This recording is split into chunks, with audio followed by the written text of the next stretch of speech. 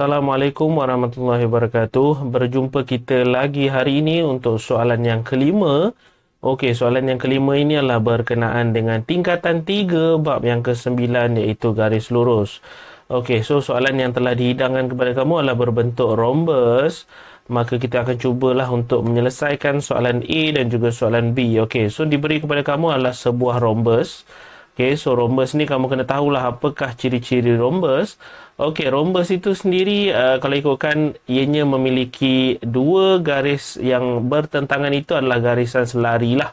Okey, so seharusnya PQ dan juga OR adalah selari, manakala OP dan juga RQ adalah selari. Okey, so rhombus itu adalah berkenaan dengan ciri-ciri rhombus yang pertama.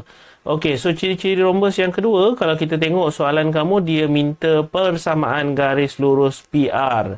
So PR, persamaan garis lurus, seharusnya macam mana kamu nak tentukan? Seharusnya dia akan melalui paksi X lah dekat sini. Sebab PR kalau kita lukis, dia akan melalui paksi X. Okey, so seharusnya untuk A kamu ni, dia akan jadi X sama dengan lah. So X sama dengan berapa? Kenapa cikgu guna X sama dengan? Sebab PR kamu ni dia akan mewujudkan satu garis lurus, yang mana garis lurus itu akan lalu paksi X. Sebab itulah kita akan ada X sama dengan. Okey, so macam mana kita nak tahu apakah nilai yang berada di tengah-tengah ni?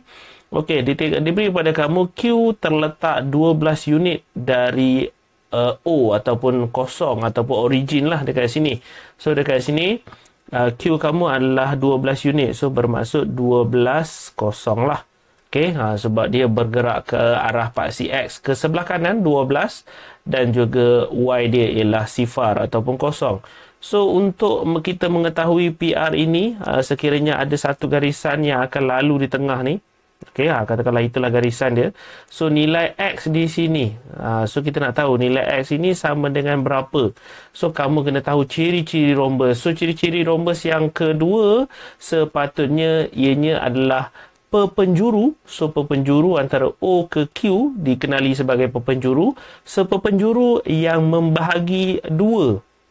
Okey, perpenjuru yang membahagi dua sama serenjang antara satu sama lain. Sepatutnya O ke Q dia akan membahagi dua kiri dan kanan ini sama panjang. Okey, sama serenjang. Itu maksud dia. Okey, perpenjuru membahagi dua sama serenjang antara satu sama lain. So bila dekat sini sama panjang, seharusnya kalau 12 tengah-tengah dia ni tak lain tak bukan pastinya 6 lah.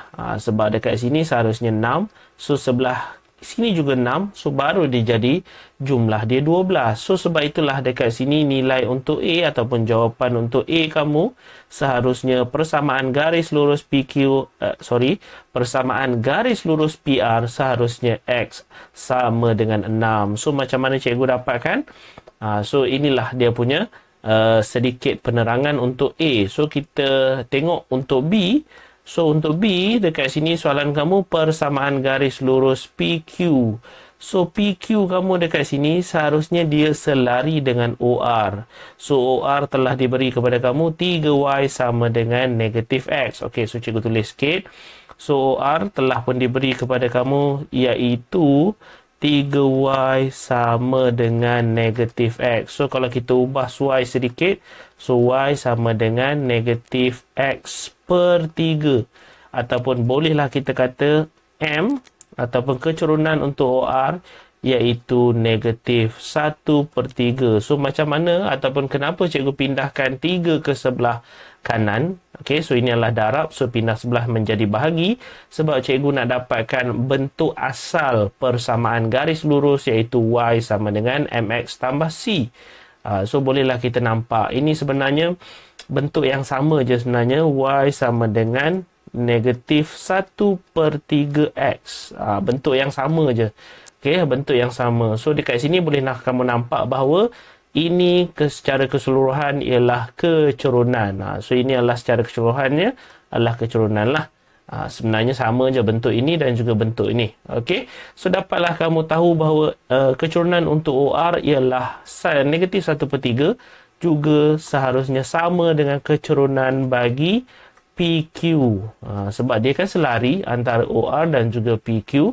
So, kamu dah dapat nilai macam ni. So, soalan kamu diminta untuk mencari persamaan garis lurus PQ. So, P dengan Q kita akan ambil salah satu koordinat yang ada antara P dan juga Q. So, P tiada koordinat. Manakala Q ada koordinat. So, kita akan gunalah koordinat Q. So, kita label dahulu X dan juga Y. So, kita akan guna Y sama dengan MX tambah C. Okey, persamaan garis lurus. So, Y kamu ialah sifar. Okey, so manakala M kamu adalah negatif 1/3 dan X kamu ialah 12. Okey, so tambah C. So, mana pula cikgu dapat kosong dengan 12 ni? Daripada sinilah. Okey, sebab kita menggunakan koordinat Q. Sama ada koordinat P atau Q. Q yang ada koordinat. So, kita gunalah koordinat Q. So, dekat sini kamu akan dapat jawapan 0 sama dengan negatif 4 tambah C. So, C kamu kalau ikutkan, dia akan bernilai 4 lah.